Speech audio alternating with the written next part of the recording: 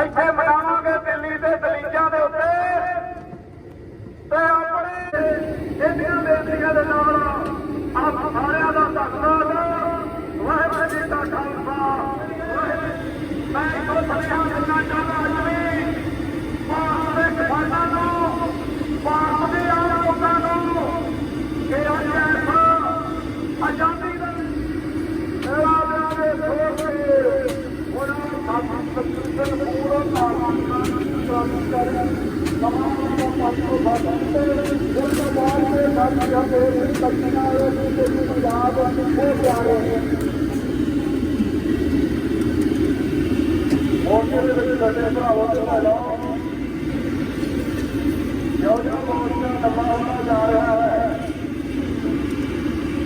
ਜਿਉਂ-ਜਿਉਂ ਸਰਕਾਰ ਨੇ ਜ਼ਿਆਦਾ ਇਸ ਮੋਰਚੇ ਨੂੰ ਫੇਰ ਤਰੱਕੀ ਖਾਤਰ ਲਗਾਤਾਰ ਸਾਹਮਣੇ ਆ ਰਹੇ ਨੇ।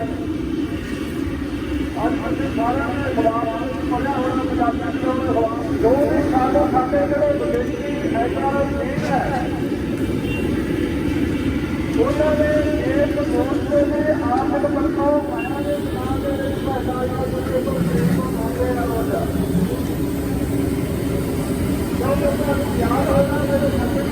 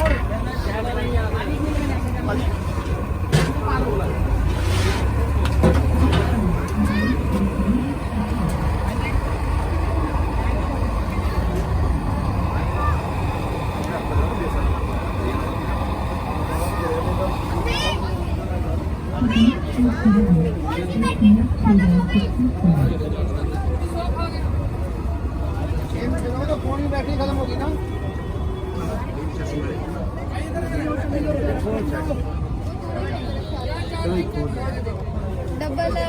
चेक कर